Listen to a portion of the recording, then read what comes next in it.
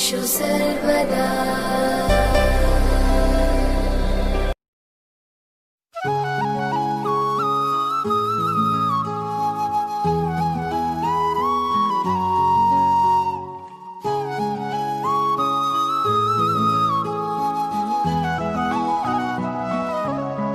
नमस्कार, दिनेश कुमार माली, कक्षा द्वादशी, विषय गणित।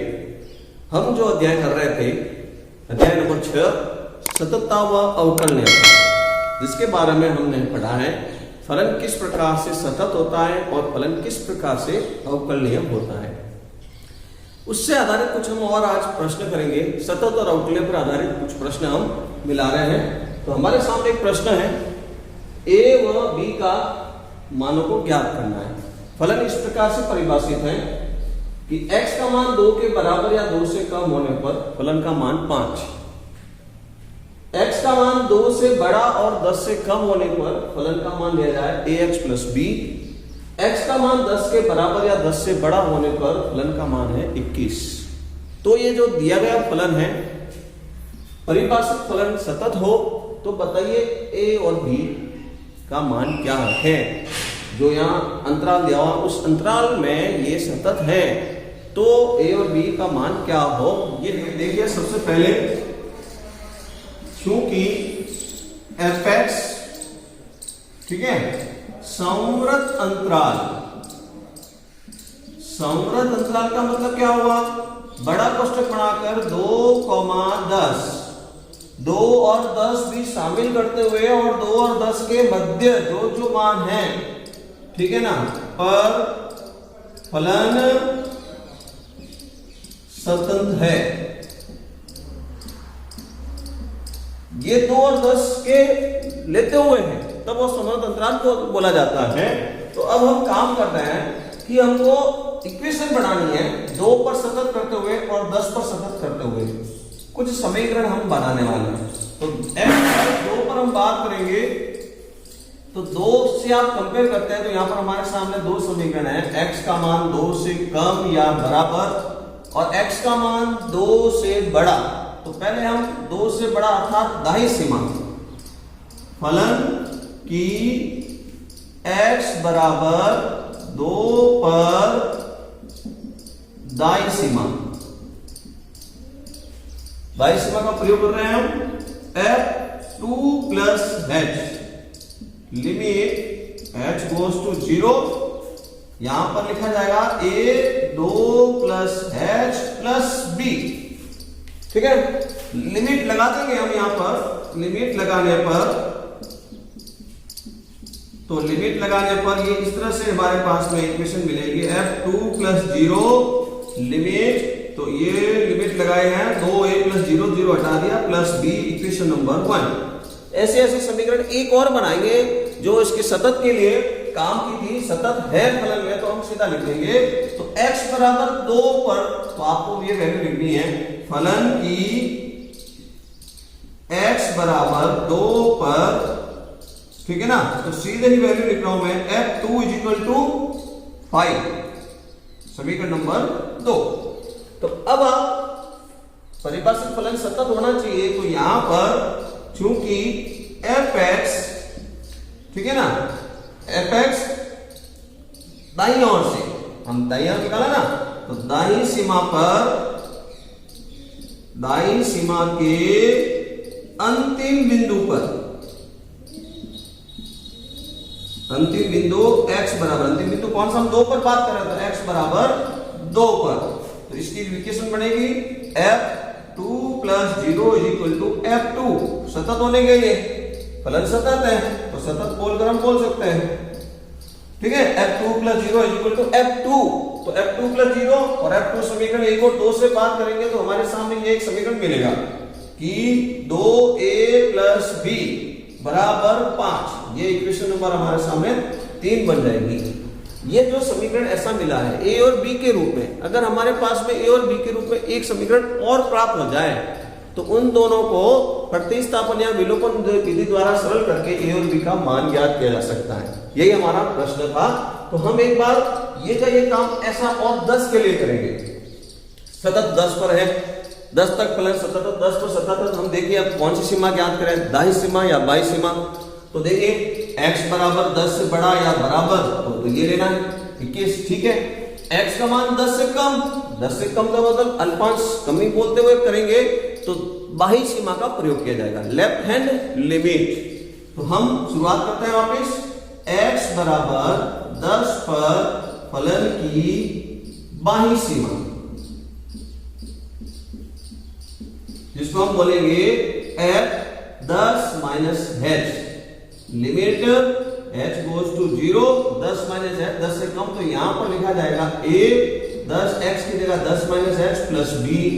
लिमिट लगाने पर तो लिमिट लगाएंगे हम, तो लिमिट लगाएंगे h को 0 बढ़ाएंगे, 10 माइनस 0 तो यहां पर बन जाएगा 10a और प्लस का b। इक्वेशन नंबर इसको बोलते हैं 4।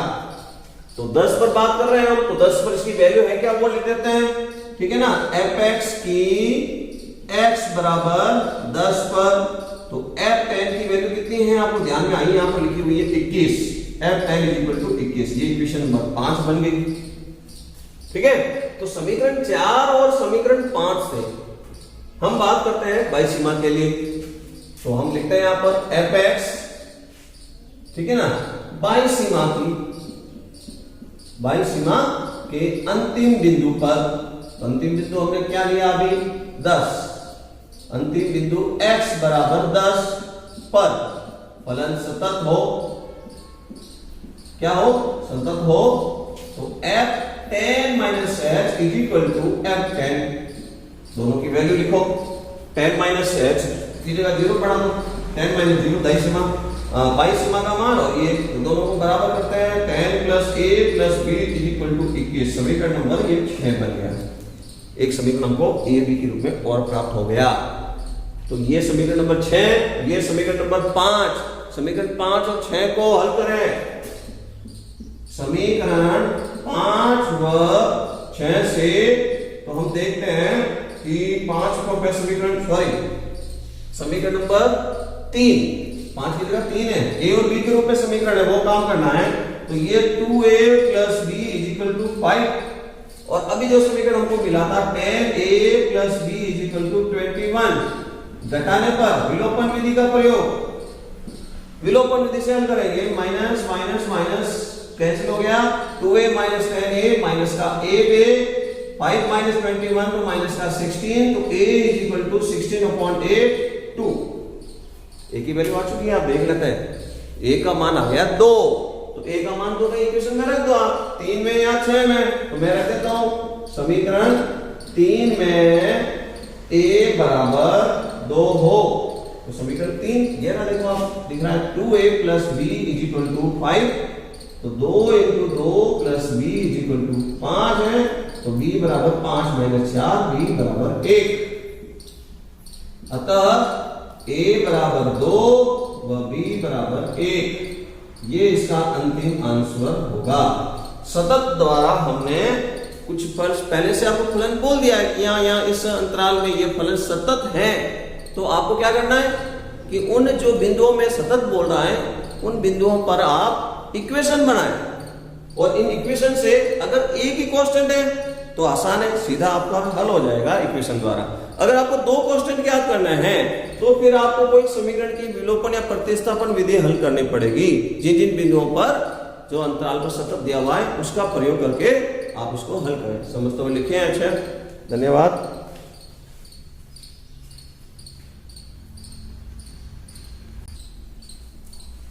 आइए एक और हम प्रश्न अभ्यास करते हैं। तो अब प्रश्न में दिया हुआ है इस तरह से है, सिद्ध कीजिए कि निम्न फलन x का मान 0 से बराबर नहीं है, 0 से कम या 0 से बड़ा होने पर यह फलन प्रयोग में लिया जाए x की घात m इंटू cos 1/x। दूसरा फलन का मान है x बराबर 0 होने पर इस फलन का मान 0 कहलाएगा। तो हमको सिद्ध करना है x बराबर 0 पर फलन सतत है, बिंदु x बराबर 0 पर फलन क्या है, सतत है, और सतत होने के लिए क्या, m का मान 0 से बड़ा होगा तो ये सतत है, अर्थात ऋणात्मक नहीं होना चाहिए, माइनस में नहीं आना चाहिए। ओके, सेकंड जो प्रश्न है, बिंदु x बराबर 0 पर फलन अवकलनीय है, कब होगा अवकलनीय? ये सिद्ध करने के लिए अपन को करना है काम, m का मान 1 से बड़ा है तो फलन x बराबर 0 पर अवकलनीय है। तो पहले हम सतत की बात करते हैं। x बराबर 0 पर तो दाईं सीमा बाईं सीमा और x बराबर 0 पर वैल्यू हम देखेंगे। तो देखिए हम बात करते हैं फलन के सतत होने की। तो पहले से आपको बोल दिया है फलन सतत है तो ये बात बनेगी, ठीक है। सतत के लिए आपको काम करना है। तो हम सबसे पहले x बराबर 0 पर मान क्या बनेगा, f0 = 0, इक्वेशन नंबर 1 0। तो इसका मतलब अब फलन को सतत करने के लिए आपको दाईं सीमा और बाईं सीमा के भी मान को ही लाना है, क्या 0, ठीक है। तो हम अब काम करते हैं, x बराबर 0 पर फलन की दाईं सीमा। तो यहां पर प्रश्न में नॉट इक्वल टू लिखा हुआ है, अर्थात दाईं सीमा के लिए भी यही फलन काम आएगा, बाईं सीमा के लिए भी यही फलन काम आएगा, ठीक है ना। हम दाईं सीमा को प्रयोग में लेकर इसको हल कर रहे हैं। तो x बराबर 0 पर f(x) की दाईं सीमा, तो हम फलन का संकेत इस तरह से लिखेंगे, f0 + h बराबर limit h goes to 0। x की जगह अपन को ये लिखना पड़ेगा 0 + h की घात m और cos और 1/x की जगह क्या लिखना है, 0 + h। इसको आप सरल करेंगे। हम किस तरह से सरल करेंगे तो ध्यान दें आप। सबसे पहले जहां पे 0 दिख रहा है उसके कोई वैल्यू नहीं, यहां पर प्लस में है, हटा देंगे, ये हटा दिया तो h की घात m बन गया और cos 1/h बन गया, ठीक है। अब आपको ध्यान है कि ये फलन सतत है। कब है सतत? तो m का मान 0 से बड़ा, तो इसकी बात करने वाले हैं।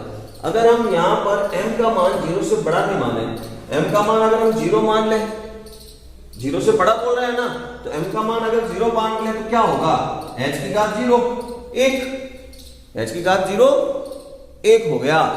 और अब यहां पर इसका वैल्यू देखेंगे, जब लिमिट लगाएंगे तो एक बात आपको ध्यान रखनी है, ये कि साइन इंफिनिट व कॉज इंफिनिट का जो मान होता है वो -1 व 1 के मध्य परिमित राशि होता है, ठीक है। ये साइन इंफिनिट कॉज इंफिनिट की वैल्यू ये बोली जाती है। तो अगर हमने क्या समझाया कि m का मान यहां पर उसको बोल रहा है 0 से बड़ा, यदि हम 0 मान ले तो क्या होगा, 0 मान ले तो h की घात 0 का मान 1 हो जाएगा, 1 × ये, तो इसका वैल्यू 0 नहीं बनेगी, इसकी वैल्यू 0 नहीं बनेगी, फलन सतत नहीं होगा, ठीक है। अब m ऋणात्मक मान ले तो क्या होगा, तो m ऋणात्मक मान लेंगे तो h की घात -1 -2 तो ये अपॉन में चला जाएगा, h की घात -1 तो अपॉन ये, तो फिर ये अनिर्धारित हो जाएगा, इसका मान क्या हो जाएगा, अनिर्धारित। यहां ऊपर तो ये है और बटे में तो अपरिभाषित अनिर्धारित बोलने पर भी बराबर 0 नहीं होगा, तो फलन सतत नहीं है।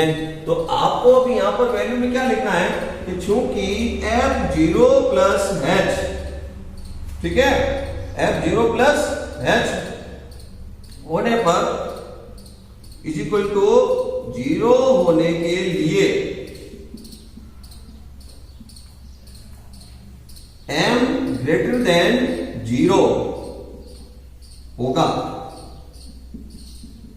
ठीक है।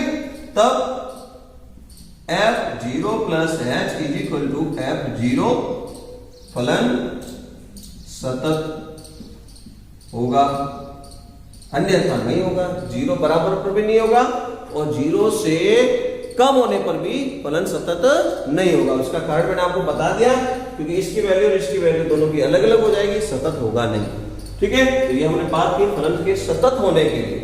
अब हम बात करते हैं दूसरा प्रश्न, बिंदु अवकलनीय होने के लिए दायां अवकलज और बायां अवकलज निकालना है हमको। तो हम बात करते हैं दायां अवकलज के लिए। तो x, दूसरा प्रश्न शुरू कर लिया हमने, x बराबर 0 पर अवकलनीय,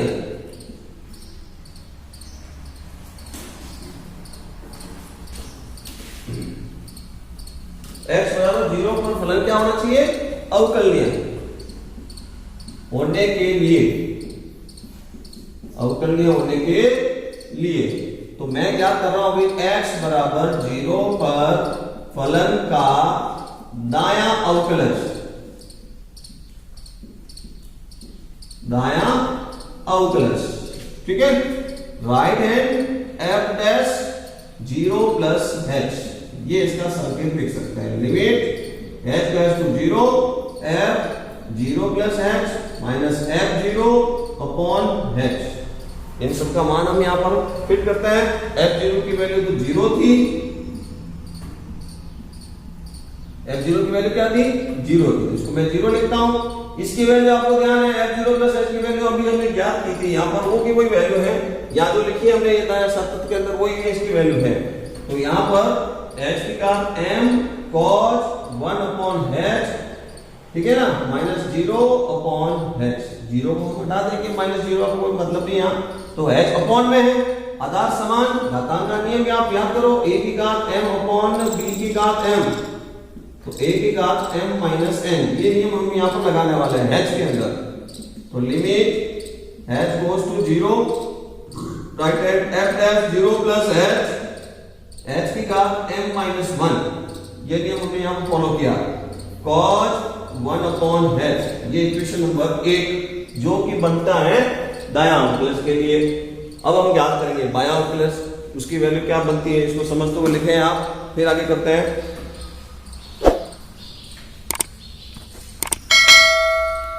अब हम क्या करते हैं, x बराबर 0 पर बायां अवकलज, x बराबर 0 पर fx का बायां अवकलज।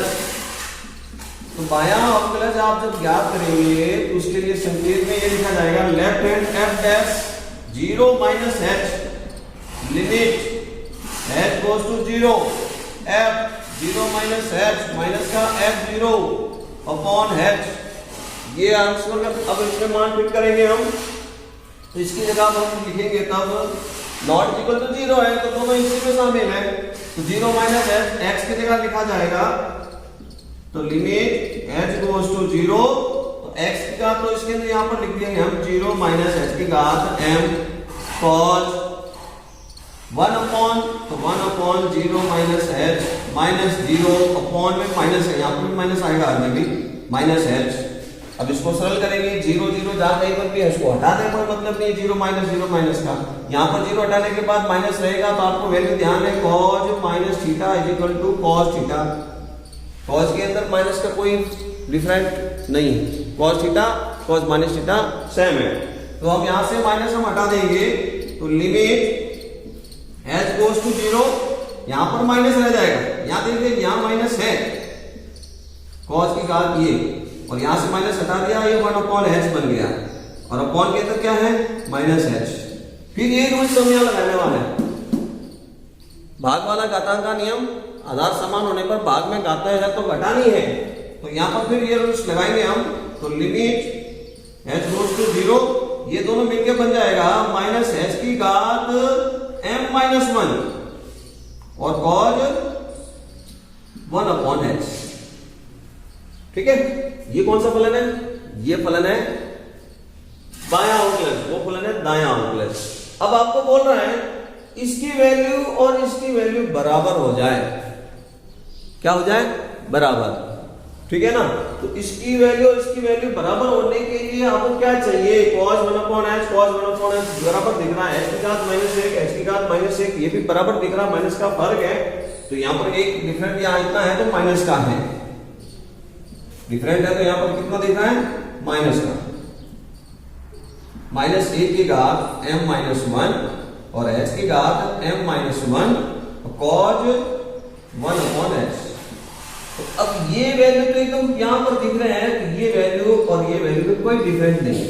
बायां अवकलज और दायां अवकलज जब बराबर होगा तब ही फलन अवकलनीय होगा, ये बात तय है। और प्रश्न में लिखा हुआ है x बराबर 0 पर फलन अवकलनीय है, अवकलनीय है, अवकलनीय बनाना है, तो बनाने के लिए अब यहां पर ये बोल रहा है m का मान 1 से बड़ा, तो यहां पर अब जैसे m माइनस 1 लिखा हुआ है, ठीक है ना। अभी जो बात की वही है, अगर मैं यहां पर 0 लिखूं, क्या लिखूं मैं, 0, तो माइनस h की घात 0 का मान 1 हो जाएगा, माइनस x की घात 0 का मान 1 हो जाएगा, परंतु यहां पर तो 1 हो जाएगा, यहां माइनस नहीं है, यहां माइनस है, तो इसका मतलब ये दोनों मान बराबर नहीं होंगे, एक धनात्मक एक ऋणात्मक बनेगा, मान समान नहीं होने वाला, तो हम 0 रख नहीं सकते, ठीक है ना।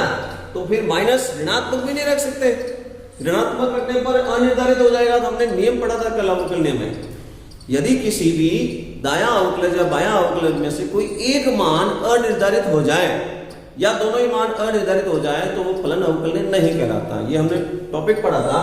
तो अगर इसका मान माइनस में जाएगा, माइनस लग गए यहाँ पर, तो ये फलन अनिर्धारित बन जाएगा।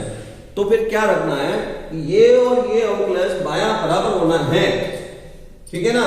fx x बराबर 0 पर दायां अवकलज बराबर बायां अवकलज, ठीक है ना, होने के लिए m-1 ग्रेटर देन 0। यहां पर जो m-1 यहां आ रहा है ये, और इधर भी m-1 जो यहां आ रहा है, इसका मान 0 से बड़ा होगा, तब ये दोनों मान समान होंगे। अर्थात, ठीक है ना, इसका मतलब क्या समझेंगे आप कि m ग्रेटर देन -1 इधर ले आया तो 1, m का मान 1 से बड़ा होगा, तब ही ये फलन दायां अवकलज और बायां अवकलज बराबर होगा और x बराबर 0 पर अवकलनीय हो जाएगा। समझकर अच्छी तरह से लिखेंगे। लिखिए। धन्यवाद।